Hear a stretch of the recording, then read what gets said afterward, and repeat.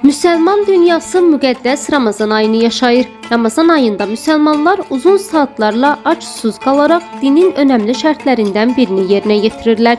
Gürcüstan da oruç müddətinin ən çox davam etdiyi ölkələrdəndir. Belə ki, bu müddət 11 saata qədərdir. Lakin bundan daha uzun müddət oruç tutan ölkələrin də sayı az deyil. Belə ki, Skandinaviya ölkələrində oruç müddəti 22 saatı da keçir. Ən qısa oruç müddəti isə Omandakı bir kənddədir.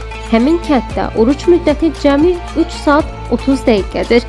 2000-ə yaxın əhalisi olan Bekan kəndində günəş 11:00-da doğur, 14:30-da batır.